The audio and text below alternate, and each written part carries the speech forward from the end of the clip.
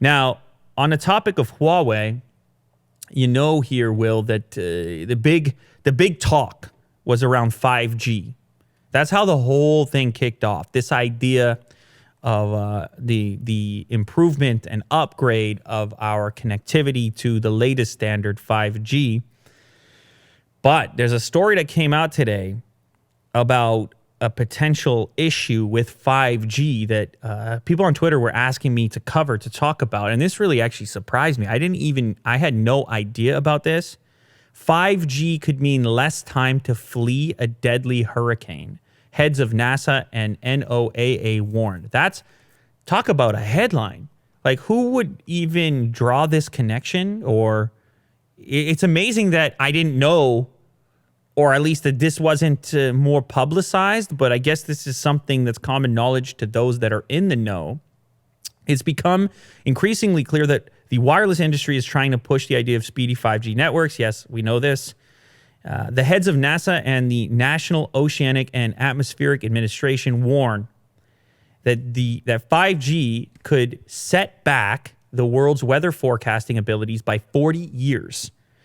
So basically, the 5G network, the band that it uses, 24 gigahertz, happens to be a very close frequency to the frequencies used by microwave satellites that observe water vapor.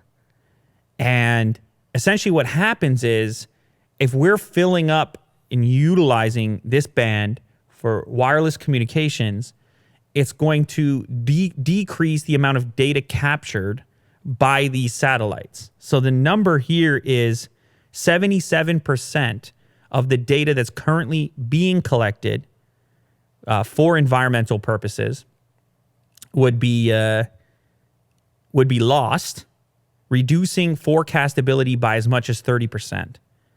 So, in other words, storms and other natural data, ocean data, and so forth that can be useful for predicting what the future weather and risk factors would just be, it would be impossible to obtain it because of us occupying that band for other purposes.